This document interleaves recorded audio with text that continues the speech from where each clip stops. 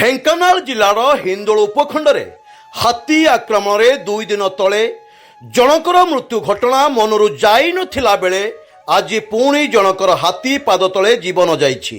ଖବରରୁ ପ୍ରକାଶ ହିନ୍ଦୋଳ ବ୍ଲକ ତଥା ବନାଞ୍ଚଳ ହିନ୍ଦୋଳ ଥାନା ଅନ୍ତର୍ଗତ ପଡ଼ା ଗ୍ରାମର ସ୍ୱର୍ଗତ ପାଣୁ ସାହୁଙ୍କ ପୁତ୍ର କୈବଲ୍ୟ ସାହୁ ଆଜି ଦିନ 11ଟା ସମୟରେ ନିକଟସ୍ଥ ଜଙ୍ଗଲକୁ ଆମ୍ବ ତୋଳିବାକୁ ଯାଇଥିଲେ।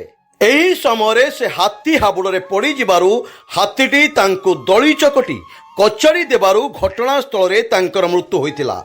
ଖବର ପାଇ ହିନ୍ଦୋଳ ବନ ବିଭାଗର ଅଧିକାରୀ ଓ ହିନ୍ଦୋଳ ଥାନା ପୁଲିସ ତୁରନ୍ତ ଘଟଣାସ୍ଥଳରେ କୈବଲ୍ୟଙ୍କୁ ଉଦ୍ଧାର କରି ଶବ ଜବତ କରି ବ୍ୟବଚ୍ଛେଦ ପାଇଁ ପଠାଇଥିଲେ।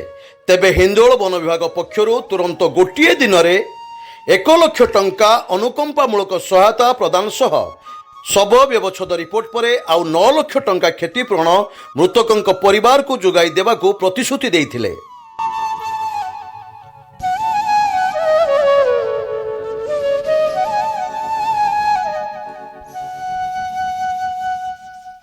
ଢେଙ୍କାନାଳରୁ ସନାତନ ନାଥଙ୍କ ରିପୋର୍ଟ, ସ୍ୱତନ୍ତ୍ର ଓଡ଼ିଶା ଲାଇଭ୍।